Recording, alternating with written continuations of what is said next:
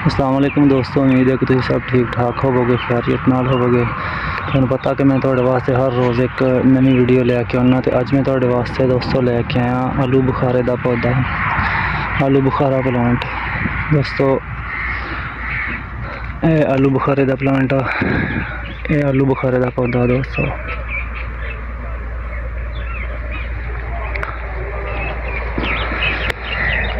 ये पौधा 2 साल का, 2 साल के पहले साल तो इनू कुछ नहीं लगा, कोई फल नहीं दिता, सिर्फ फुल लगे सी। फुल लगन तो बाद चढ़ गए सी। ते इस दफ़ा इनू आलू बुखारा जिहड़ा ना तकरीबन 20 तो 25 दाने लगे सी, ज़्यादा नहीं, 20 तो 25 दाने। ते आलू बुखारे का पौधा इस तरह का होंदा, पत्ते की शक्ल जिस तरह नज़र आ रही है, पत्ता इस तरह का होंदा आलू बुखारे का।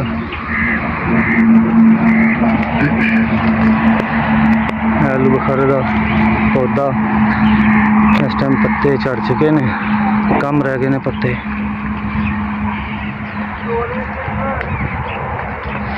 देखो नज़र आ रहा तुहानू कि यह आलू बुखारे का पौधा।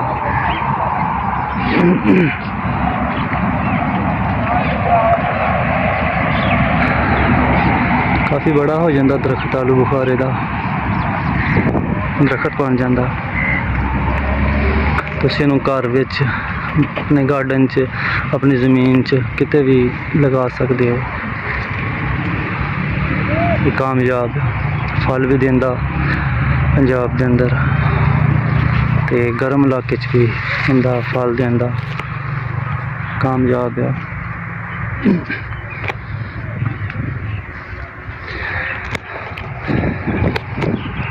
पिछली दफ़ा इनू 25 दाने, तकरीबन 20 तो 25 दाने लगे सी। ते इस दफ़ा उम्मीद है कि इंशाल्लाह ज़्यादा फल देगा।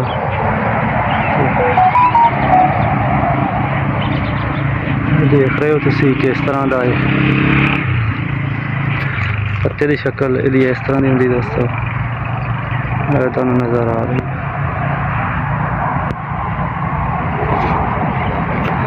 आलूची ते आलू बुखारे का पौधा कुछ इक्को जिहा होंदा, एक तरह का होंदा। आ देखो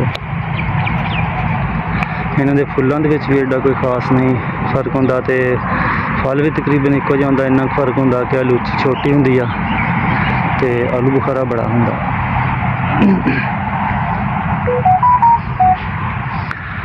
देखो मौसम नहीं है फिर भी एक फुल लगा है, एक फुल चुक्या है इन्हें। मौसम इहदा गुजर चुक्या है, जो सर्दी का सीजन खत्म हो रहा होंदा उदों ये फुल लग जाते, इन्होंने फुल लगना शुरू हो जाते हैं। आलू बुखारे का पौधा जिहड़ा वा वो तुसी गमले वगैरह दे विच, गार्डन दे विच किसी भी जगह ते लगा सकते हो।